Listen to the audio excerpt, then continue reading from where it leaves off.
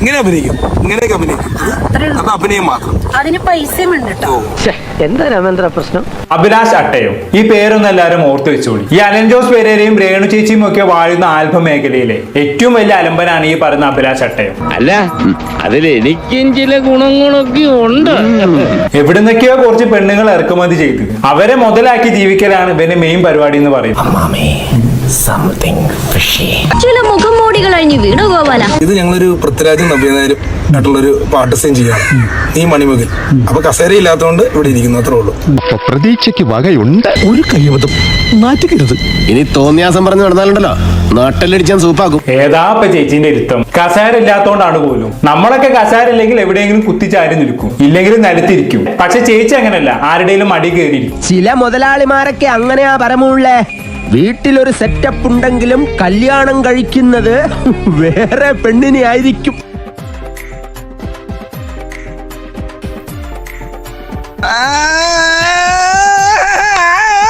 ചെങ്ങാക്കി എന്തൊരു ആക്രാന്താണെന്ന് നോക്കിയേ. സിനിമയിൽ അഭിനയിക്കാൻ വന്ന സുനി ചേച്ചിക്ക് അങ്ങനെ അഭിലാഷിനെ തുപ്പരം തിന്നാനാണ് വിധി എന്ന് പറഞ്ഞാൽ മതിയുണ്ട്.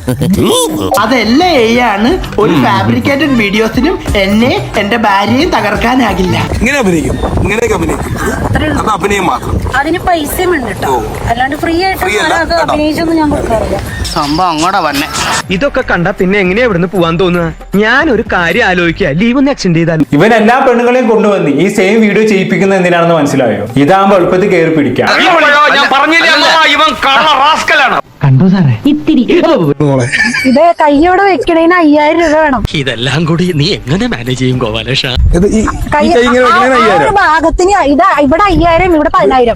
അപ്പൊ നീ ഒരുങ്ങി തന്നെ ഇറങ്ങിയിരിക്കുകയാണല്ലേ? പിന്നല്ലാതെ മെയിൻ വിൽക്കുന്ന പോലെയാണ് ചേച്ചി സ്വന്തം ശരീരം വിൽക്കുന്നത്. വാരന്റെ സൈഡിൽ തൊടാൻ 5000, നടുക്കിൽ തൊടാൻ 10000, പിന്നാമ്പുറത്ത് തൊടാൻ 50000. എന്താണ് ചേച്ചി ഇത്? തൊട്ടാ പൊള്ളുന്ന വിലാണല്ലോ. പറയുന്ന നിനക്കില്ലേലും കേൾക്കുന്ന എനിക്കില്ലടാ ഒരു ചളുപ്പ്. ഇതുവഴി പോകും തിങ്കളേ കാണാത്തമ്പുരു തഴുകുമൊരു. രണ്ടാളും കൂടി ഇങ്ങനെ തുന്നിക്കൊണ്ടിരുന്നോ അവിടെ പാവയ്ക്കത്തോട്ടത്തില്? അവര് രണ്ടുപേരും കൂടി ആദമവൻ കളിക്കുക. ഇവനാളൊരു സകല കളവേല എന്തോടാ ഇത്? വല്ലവൻ.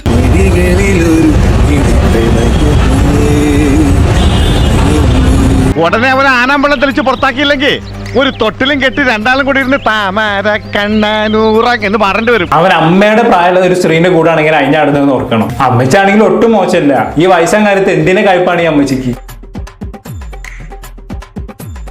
ദയവ് ചെയ്ത് ആ പേരൊന്ന് മാറ്റണം. ആൽബം എന്നൊക്കെ പറയുമ്പോൾ എനിക്ക് ഓർമ്മ വരുന്നത് പണ്ടത്തെ ഷാഫി കൊല്ലം, താജുദ്ദീൻ വടകര ഇവരൊക്കെ ചെയ്ത ആൽബംസ് ആണ്. സോ നിങ്ങളുടെ ഈ കാട്ടവരാധത്തെ ഒന്നും ദയവ് ചെയ്ത് ആൽബം എന്ന് വിളിക്കരുത്. നീ എവിടെ പരിപാടി അവതരിപ്പിച്ചാലും ഇത് തന്നെയാണല്ലോ അതിന്റെ വിധി.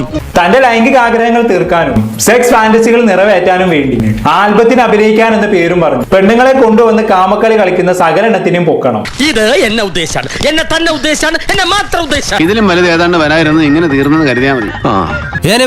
ഞാൻ പോകുന്നു. Bye bye.